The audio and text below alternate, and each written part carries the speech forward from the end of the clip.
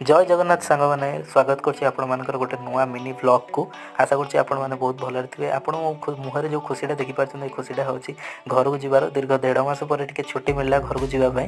तो बर्तमान आम घर को जाऊँ बर्तमान रायगढ़ बस स्टेशन में जाकि पहुँचू से 9:30 बस अच्छी। तो आम देखिलु रास्ता साइड किसी रंगारंग कार्यक्रम चलता लोक मैंने बहुत एंजय करते सब जिन से गाँव भितर तो आम जो रही से जमा देखा पाऊनु। तापर सकाल सकाल आम किसी खाई बाहर नुँ साइड को गली आम ड्राइवर भाई को कहले जदि कौटी रखिए टी भल खाद्य मिलूँ कि खाईदे जावा कहीं खाली पेटर पुणी बस जर्नी कर कष्ट हम। तो से आम भाई को कहीकि गोटे जगह पार्किंग कलु भाई भी कहले ये जगह भल खाଇବା मिले। तो आम गला से मोमो स्टल लगी सेमती तो सोहेब बाहर कौन चिकेन खाइब ना। तो मोर भी सेमती कार्तिक मास चलती तो मुझे खाईपारि। तो से आम डिस्कसन करके 3 प्लेट भेज मोमोज मंगईदेलु। तो मोमोज गुड़ा बहुत एवरेज था किंतु पेट तो पूरीगला जहाँ हो सका किसी खाई नु कि तो पेटर पड़गला। 9टार आसिक बस पहुँचीगला 9:30 तो अलरेडी आमर टिकेट